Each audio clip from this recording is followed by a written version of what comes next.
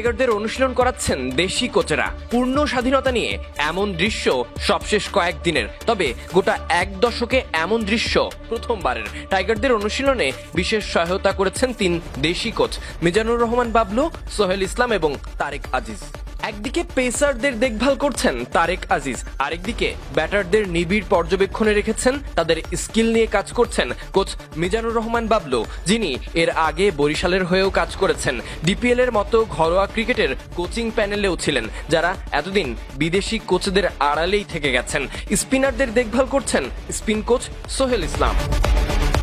এর আগে যে ক্রিকেটারদের সঙ্গে তারা কাজ করেননি তা নয়, তবে ব্যক্তিগতভাবে কখনো বাদ পড়া ক্রিকেটারদের জন্য, কখনো হাই পারফরমেন্স অথবা বাংলা টাইগার্সের জন্য সাময়িক দায়িত্বে। তবে এবার দেশি কোচেরা জাতীয় দলের সঙ্গে সেখানে ক্রিকেটাররা হাতে কলমে নিজেদের স্ট্রং করছে।